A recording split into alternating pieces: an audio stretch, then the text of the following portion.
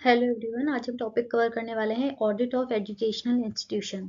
अब इसमें देखिए स्कूल्स भी कवर हो जाएंगे स्टूडेंट्स, कॉलेजेस भी आ जाएंगे और यूनिवर्सिटीज भी आ जाएंगी।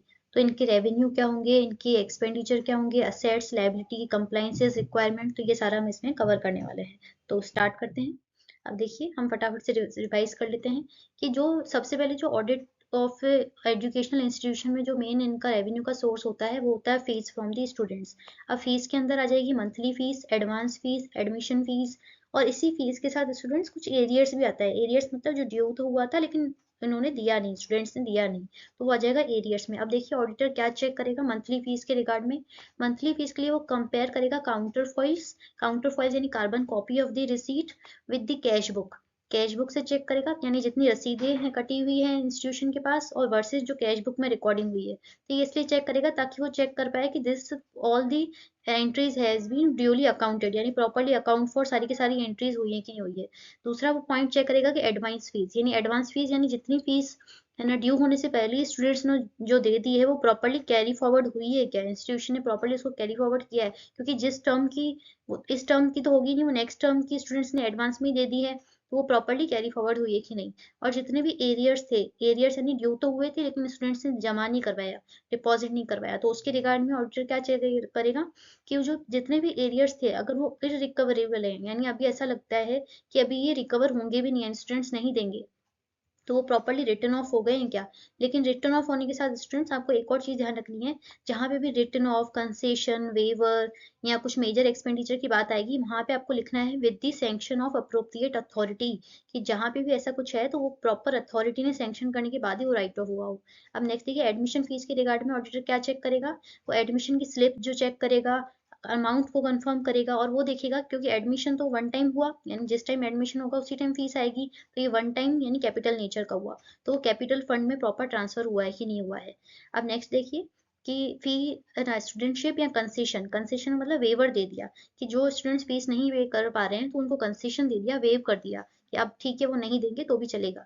तो वो ऑडिटर क्या चेक करेगा इसके रिगार्ड में, जो कंसेशन वेवर दिया गया है वो ऑथोराइज पर्सन ने ही दिया है, और इसके अलावा क्या क्या रूल्स बने हुए हैं, रूल्स का मतलब कि क्या परसेंटेज ऑफ कंसेशन दे सकती है वो इंस्टीट्यूशन या कॉलेज, यूनिवर्सिटी या स्कूल्स, और किस क्राइटेरिया पे दे सकती है, तो ये सब ऑडिटर चेक करेगा। नेक्स्ट देखिए कि ऑडिटर क्या चेक करेगा कि पूरे के पूरे जो स्कूल का या यूनिवर्सिटी का जो स्टूडेंट फीस का रजिस्टर है, जैसे अलग अलग रजिस्टर मेंटेन होते हैं, तो स्टूडेंट फीस का जो रजिस्टर है वो ऑडिटर चेक करेगा हर एक क्लास के, रिस्पेक्टिव क्लास के रजिस्टर से, ताकि कितने स्टूडेंट्स हैं हर एक क्लास में, उनकी फीस ऑफ स्ट्रक्चर क्या है वो पता चल जाए। इसके अलावा देखेगा फीस चार्ज कितनी हुई है, और जितने स्टूडेंट्स थे सबसे फीस चार्ज हो गई, चार्ज होने के बाद अकाउंट फॉर हो गई। इसके अलावा वो इंटरनल चेक का सिस्टम चेक करेगा, यानी रिमाइंडर किस तरीके से जा रहा है, अमाउंट कलेक्ट कौन कर रहा है, अमाउंट का रिकॉर्डिंग कौन कर रहा है, तो इसके रिगार्ड में क्या प्रोसेस बना हुआ है, क्या इंटरनल चेक लगा हुआ है। Internal check is basically part of internal control, तो वो ऑडिटर चेक करेगा फीस के रिस्पेक्ट में। अब देखिए नेक्स्ट, कंफर्म ऑडिटर क्या चेक करेगा कि जितनी भी फाइन थी, लेट पेमेंट था, वो प्रॉपर्ली कलेक्ट हो गया है, स्टूडेंट से नहीं कलेक्ट हुआ, और कलेक्ट नहीं होना है तो रेमिट, यानी वेव कर दिया। तो अगेन वही स्टूडेंट्स मैंने आपको पिछली स्लाइड में बताया, अगर रेमिटेंस, वेवर, कोई मेजर एक्सपेंडिचर की बात आती है तो प्रॉपर अथॉरिटी के सेंक्शन के बाद ही वो चीज होनी चाहिए, तो ऑडिटर ये चीज चेक करेगा।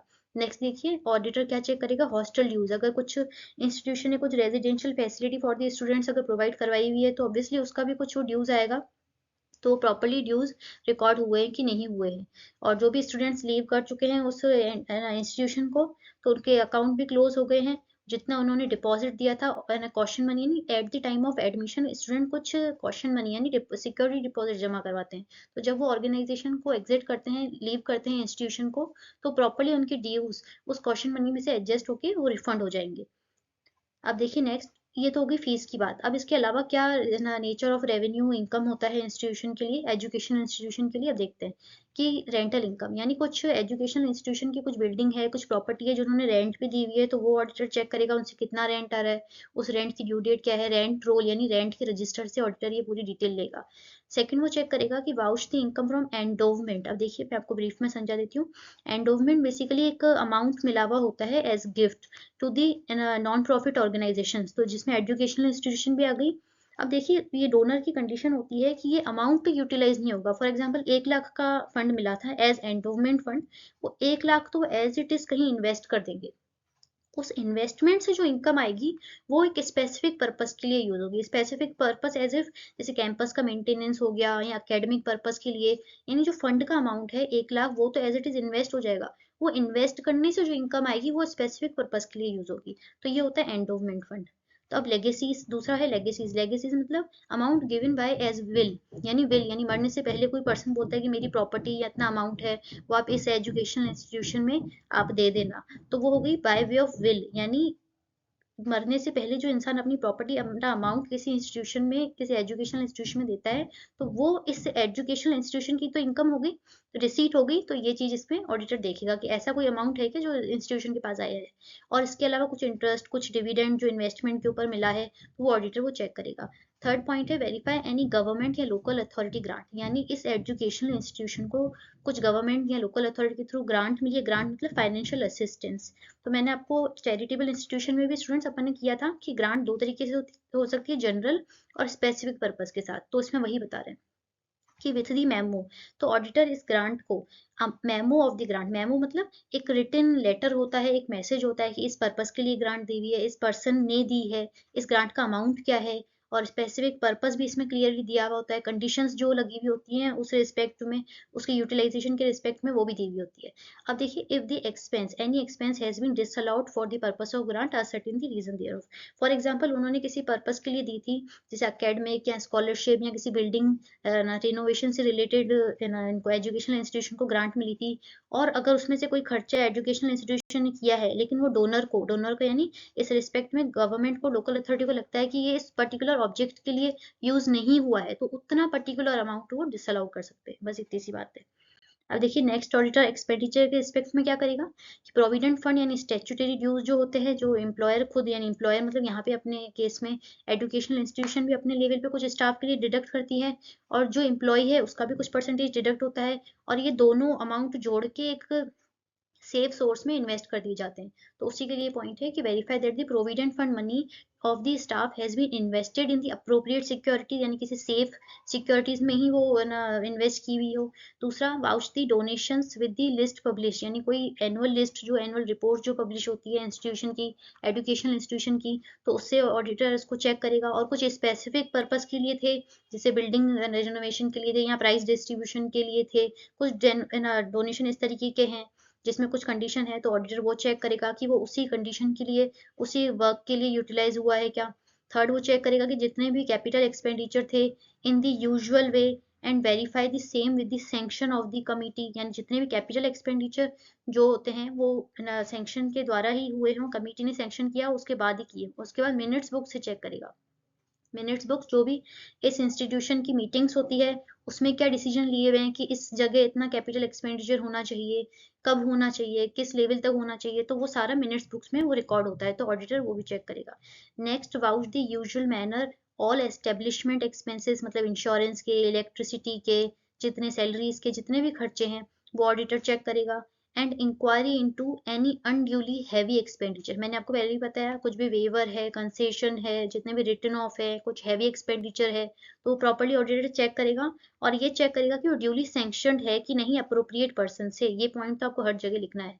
और if there was any annual budget, auditor ये भी देखेगा कोई बजट बनाया हुआ था क्या।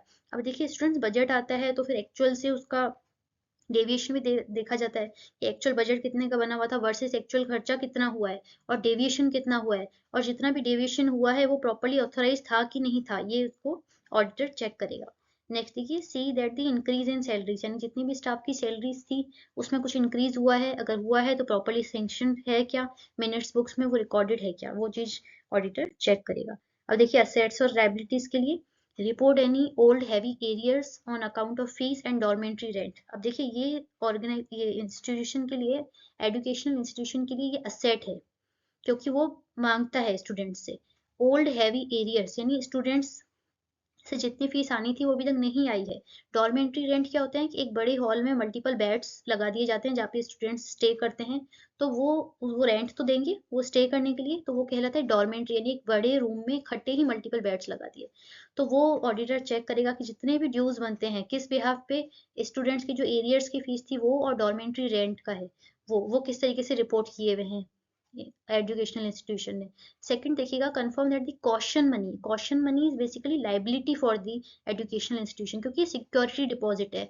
सिक्योरिटी डिपॉजिट आपको एक पर्टिकुलर टाइम के बाद रिफंड करनी पड़ती है, तो ये इसलिए इनकम ट्रीट नहीं कर सकता।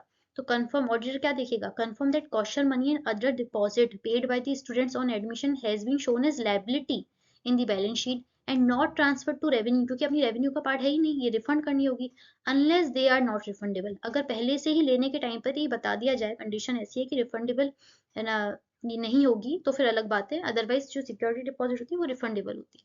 Third point, see that the investment representing important point students, अब देखिए जो हमने एंडोमेंट फंड के लिए पढ़ा था उसी के रिगार्ड में, कि ऑडिटर क्या चेक करेगा, इन्वेस्टमेंट रिप्रेजेंटिंग एंडोमेंट फंड, जैसे हमने एग्जांपल लिया था 1 लाख का इन्वेस्टमेंट आया है जो एंडोमेंट फंड में गया है फॉर पर्टिकुलर पर्पस, यानी कैंपस के मेंटेनेंस के लिए या फीस के लिए, एकेडमिक पर्पस के लिए, लेकिन इधर इन्होंने क्या बताया कि एग्जांपल खुद ही दे दिया, एंडोमेंट फंड है जो है फॉर प्राइजेस, यानी प्राइज डिस्ट्रीब्यूशन के लिए कोई हमें फंड मिला है, यानी हमें यानी एजुकेशनल इंस्टीट्यूशन को मिला है, तो वो ऑडिटर क्या चेक करेगा कि वो एजुकेशनल इंस्टीट्यूशन ने कैप्ट सेपरेट, यानी सेपरेटली रखा है। हमने वही बोला था जितना फंड का अमाउंट जैसे 1 लाख आया था वो तो अलग से ही शो होगा, उसके ऊपर जो इनकम आएगी वो पर्टिकुलर स्पेसिफिक पर्पस के लिए यूज होगी। तो यहाँ पे स्पेसिफिक पर्पस है डिस्ट्रीब्यूशन ऑफ प्राइजेस। अब इसमें ऑडिटर क्या चेक करेगा, any income in excess of the prizes, for example हमें 1 लाख का फंड मिला था प्राइजेस के लिए, जिसके ऊपर इनकम आई है हमारी 10,000 की, और प्राइजेस डिस्ट्रीब्यूशन में जो खर्चा आया टोटल 8,000 का ही आया, तो सरप्लस कितना हो गया, 2,000 रुपए। तो वो जो 2,000 थे वो वापस उस फंड में जोड़ दिए जाएंगे एंडोमेंट, यानी 1,02,000 हो जाएगा। ये है इस पॉइंट का मतलब।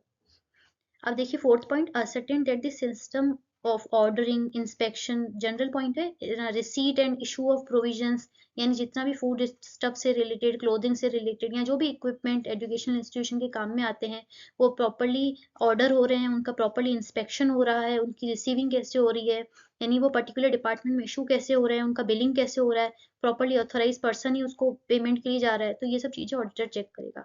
अब नेक्स्ट पॉइंट है, ऑल दी इन्वेंट्री, यानी स्टेशनरी की, क्लोथिंग की, प्रोविजन की, इक्विपमेंट की, जितनी भी इन्वेंट्री है वो इन्वेंट्री रजिस्टर से चेक करेगा। जैसे स्टूडेंट की फीस के लिए स्टूडेंट फीस रजिस्टर था, वैसे ही इन्वेंट्री के परचेज, इशू, क्लोजिंग बैलेंस के लिए इन्वेंट्री रजिस्टर से ऑडिटर चेक करेगा। अब देखिए लास्ट पार्ट जो ऑडिटर चेक करेगा एजुकेशनल इंस्टीट्यूशन के ऑडिट में, वो कंप्लाइंसेस, यानी कौन कौन से लॉ से कंप्लाइंस करने पड़ेंगे इस इंस्टीट्यूशन को। Confirm that the refund of taxes deducted from the income from investment. अब देखिए स्टूडेंट्स, हमने चैरिटेबल इंस्टीट्यूशन में भी पढ़ा था कि ये जो नॉन प्रॉफिट ऑर्गेनाइजेशन होती हैं, तो पर्टिकुलर क्राइटेरिया फुलफिल करने के बाद वो फाइनल डेस्टिनेशन पे टैक्स पेमेंट से एग्जिम्प्ट हो जाती हैं, यानी उनको अपनी जो इनकम होती है उसके ऊपर टैक्स नहीं भरना पड़ता है, लेकिन कुछ क्राइटेरियाज होते हैं। अब उनको आगे तो टैक्स भरना नहीं है, लेकिन एट सोर्स पे, यानी इनकम की सोर्स पे ही, जैसे अगर इंटरेस्ट का अमाउंट है उसके ऊपर कुछ टीडीएस डिडक्ट हो गया है, तो वो टीडीएस आगे तो उनको टैक्स भरना नहीं है, टैक्स नहीं भरना तो जो टीडीएस डिडक्ट हो गया उसका रिफंड तो मिलेगा ना स्टूडेंट्स, तो वो रिफंड की बात हो रही है कि confirm that the refund of taxes deducted from the income from investment, यानी इंटरेस्ट पे, सिक्योरिटीज पे, हैज बीन क्लेम्ड, यानी इस एजुकेशनल इंस्टीट्यूशन ने वो प्रॉपरली क्लेम कर लिया है और रिकवर भी कर लिया है, क्योंकि जनरली इसमें लिखा हुआ है ना, जनरली एग्जिम्प्ट होते हैं ये जो ऑर्गेनाइजेशन होते हैं वो इनकम टैक्स पेमेंट से। अब नेक्स्ट पॉइंट है, verify the annual statement check करेगा ऑडिटर उनके, वाइल दी डूइंग सो, और वो अदर जो भी एक्स्ट्रा में कुछ फंड बनाए हुए जैसे poor boys fund, games fund, कुछ हॉस्टल या provident fund of the staff, तो ऑडिटर वो भी एक बार गो थ्रू कर लेगा। ये कंप्लाइंसेस में आ गए। तो ये था हमारा पूरा audit of educational institutions. Thank you.